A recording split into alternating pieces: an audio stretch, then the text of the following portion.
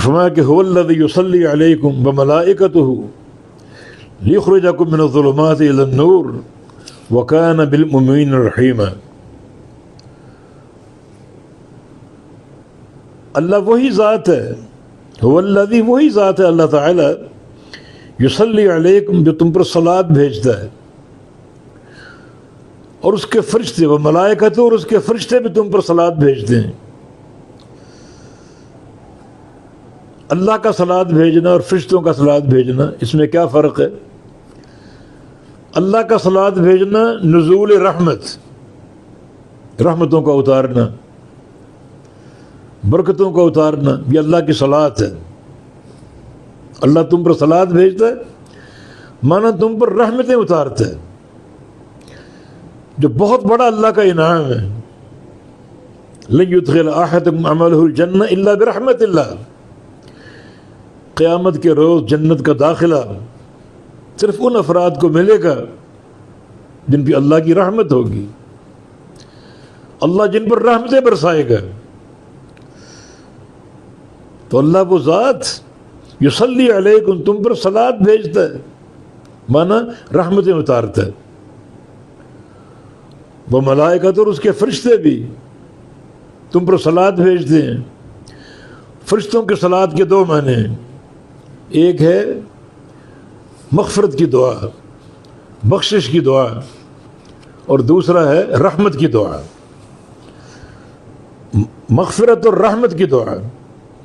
اور اس کی دلیل ایک حدیث نبی علیہ السلام کی، فرمایا کہ یہ بخاری کی حدیث ہے کہ ان الملائکۃ تصلی علی احدکم ما دام فی مصلاہ، بندہ نماز پڑھ کے جب تک نماز کی جگہ پر بیٹھا ہوا ہے، جب تک بیٹھا ہوا نماز کی جگہ پر، وہ عشاء کی نماز ہو، فجر کی ہو، عصر کی ہو، ظہر کی ہو، مغرب کی ہو، جب تک نماز پڑھ کے بیٹھا ہوا نماز کی جگہ پر اللہ کا ذکر کر رہا ہے اور اللہ کا ذکر اس کو گھر جانے سے روک رہا ہے، تو فرشتے اس پر صلاۃ بھیجتے ہیں۔ کیا کہتے ہیں؟ اللہم اغفر لہ، اللہم ارحمہ، یا اللہ اس کو بخش دے، اس پر رحم فرما۔ یہ فرشتوں کی صلاۃ ہے۔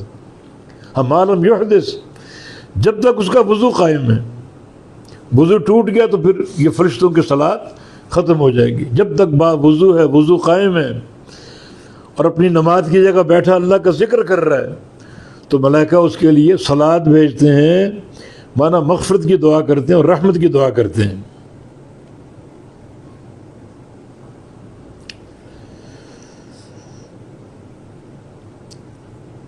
فرمایا کہ لیخرجکم من الظلمات الی النور، تاکہ اللہ تم کو نکالے تاریکیوں سے نور کی طرف، لیخرجکم تاکہ تم کو نکال دے اللہ تعالیٰ من الظلمات اندھیروں سے الی النور نور کی طرف۔ یہ کون سے اندھیرے ہیں؟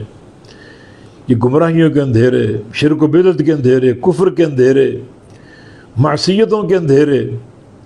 اللہ تمہیں ان اندھیروں سے نکال دے اور نور کی طرف لے جائے، نور ہدایت، نور علم، نور وحی، نور اخلاص، نور تقوی، سب نور ہی نور ہے۔